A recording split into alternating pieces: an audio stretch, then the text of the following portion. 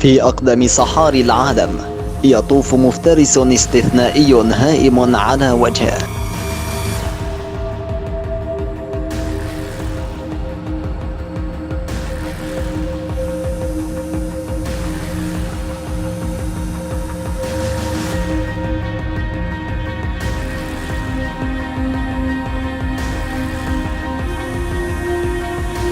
جنوب القارة الأفريقية تقع الصحراء النمباوية الشاسعة والمرعبة، وقد هيمن عليها أسد صحراء بالغ.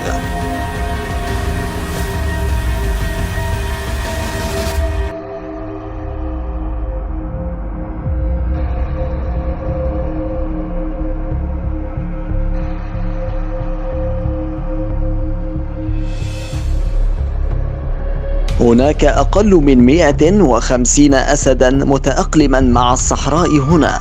ما بين قرى الشرق والساحل الغربي هناك مساحة تبلغ 8000 كيلومتر، حيث توفر الصحراء ملاذاً بعد عدة عقود من الغياب. هذا الذكر هو أول الأسود التي أعادت اكتشاف ساحل سكيلتون.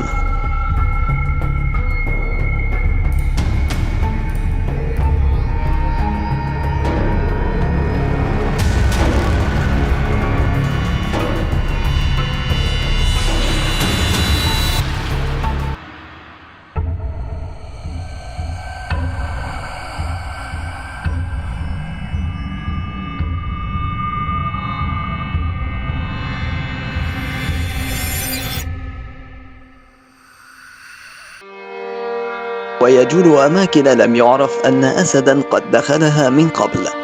تغطي مساحة موطنه ما يعادل دولة سويسرا، أكبر المناطق المهيمن عليها من قبل أسد، لكنه أحد آخر ملوك الصحراء الباقين صائد الغنائم.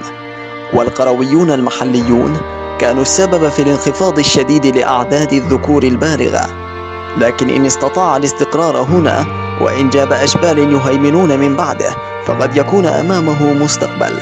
قد يكون أحد الذكور الوحيدة المتبقية حتى الآن، لكنه يواجه 5 صغار المآل ذاته في مجرى نهر هواني بالجاف.